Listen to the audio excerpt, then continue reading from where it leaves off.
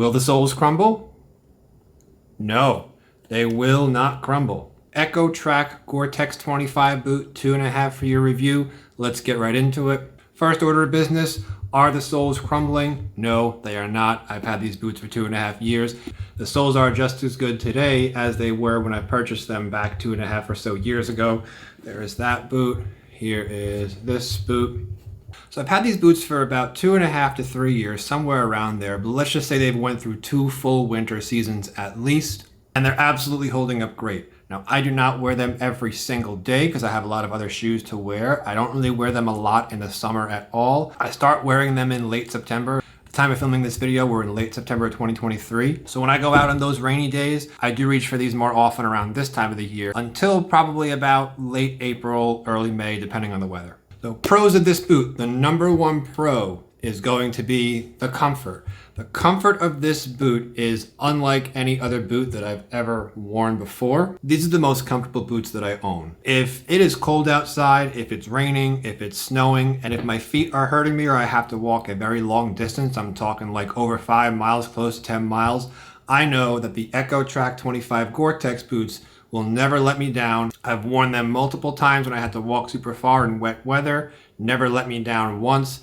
They're pretty much almost like my winter snow sneakers. So here are my all black Adidas Ultra Boost. These shoes in the spring, summer, and fall, if it's a dry day, I know I can slip these on and my feet are going to be feeling great. It's totally comfortable, never any issues with these. These boots are pretty much like a winterized, waterproof, warmer version of this boot. Seriously, the Ecco boots are that comfortable. They're pretty much up there with the Adidas Ultra Boost. They are also very warm and very breathable. Now, I have worn these boots up to about 70 degrees Fahrenheit, and I won't say that my feet didn't start to get warm, but it was still extremely manageable. My feet did run a bit warmer in these boots had I been wearing something more like a summer sneaker or like a summer shoe. However, my feet did not overheat, and that's one of the main things that makes this boot as versatile as it is, because it's more of like a 3+ season boot. You can wear it from early fall all the way to late spring. I wouldn't wear it above a 70, 75 degree day anyway. If it's raining and it's summertime, you pretty much, if your feet get wet, it's not really the end of the world because it's not super cold.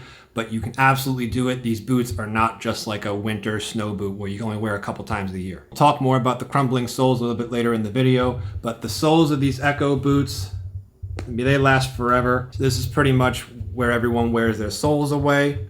So you could see the boot has plenty of life left. They look like they've barely even been worn, honestly. These soles are made out of polyurethane rubber, a very tough rubber, and it's just very long lasting, very hard wearing. You would probably have to wear this boot every single day for about 3 years and walk 5+ miles a day before you actually start to wear that sole away. Ecco soles are that good. So yes, these boots are a bit pricey at $250, $260. You're talking about $300 after tax here in the US. However, look at it as an investment because a $300 boot that's going to last you 5 years actually is cheaper in the long run than a $100 boot that's going to last you 1 year. Also, reasonably lightweight. The time I bought this boot, I had a couple of other boots like the Thursday Captain boots, which is a great boot. I also own the Red Wing Iron Ranger boot, which didn't particularly work out too well for me. I've still got some of my Allen Edmonds Higgins Mills. I got 2 pairs for them. All great boots, however, a bit heavy.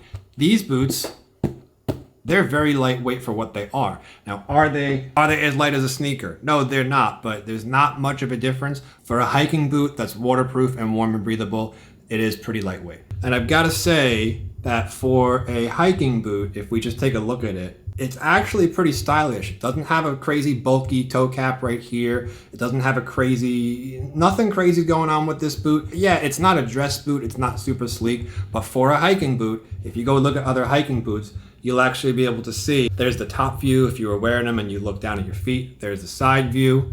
There's the back view. There's the front view. They are not as sleek as a nicer boot like the Allen Edmonds Higgins Mill or a sleeker dress boot, but for a hiking boot, they are still reasonably stylish. Cons of this boot, some of my dislikes. Now, I just mentioned that they're reasonably stylish for what they are, but they still could be a bit better. If you could see, we still get a bit of a curl up on the toe right here. If this toe box was just a little bit slimmer, it would make a world of difference because then the boot would have that sleeker look, similar to that Allen Edmonds Higgins Mill we just mentioned. So while they are pretty stylish for what they are, they still could be better. Now, speaking of stylish, this pull tab right here, I don't really find it necessary to pull the boot on. The boot goes on and off pretty easily, but I do find that this pull tab constantly keeps your jeans all pulled up above the boot, and it would be a lot nicer if the pull tab wasn't there and the jeans just fell naturally over the boot. Would just look a little bit better from a style standpoint. Two things working against this boot with the style. The toe box is still a bit bulky compared to some of those sleeker boots I mentioned,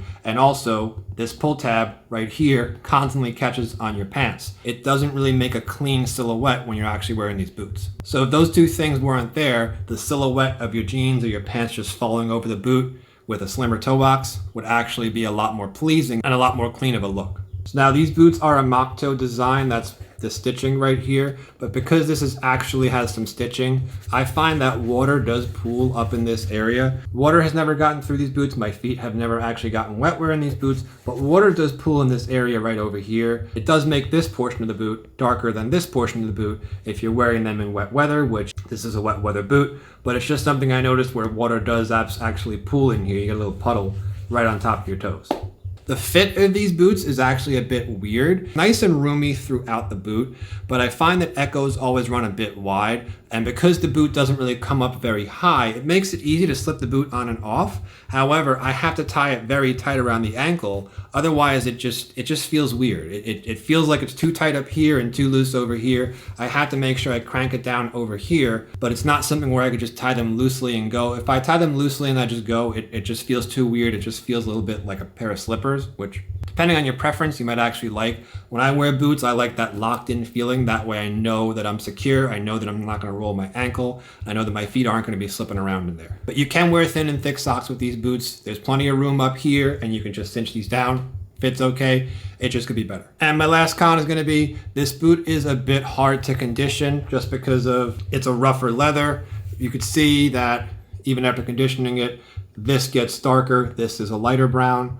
Darker brown, lighter brown, darker brown, lighter brown, darker brown, lighter brown. So the boot almost looks like it's that two-tone color. Is it a big deal for a boot like this? No, it's not. I wouldn't condition or shine these up for any type of look. I think they look perfectly fine. I haven't touched them since last winter. The only thing I do for these boots is put in cedar shoe trees. That way it sucks the moisture out of the boot and keeps the boot fresher and doesn't smell over time. And then I just condition them just to keep the leather in good condition so the leather doesn't crack prematurely. I don't really go over and polish it like crazy to make it look all nice, but that is something that I noticed, that when you polish them or when they get wet, it's almost like you've got a two-tone color, you've got multicolored leather boot. So that's pretty much about it. My main gripes with these boots are if the shaft of the boot came up a bit higher, they got rid of this pull tab and they made this front toe cap a bit sleeker. That pretty much fixed all my issues with these boot. And also with the shaft coming up higher, giving us another extra set of eyelets up here, it would probably make the boot feel a bit better from a fit perspective. You wouldn't have to crank it down on top of your ankle. However, this is pretty nitpicky. Overall, the boot's great. Now I want to talk about the soles crumbling on Ecco boots.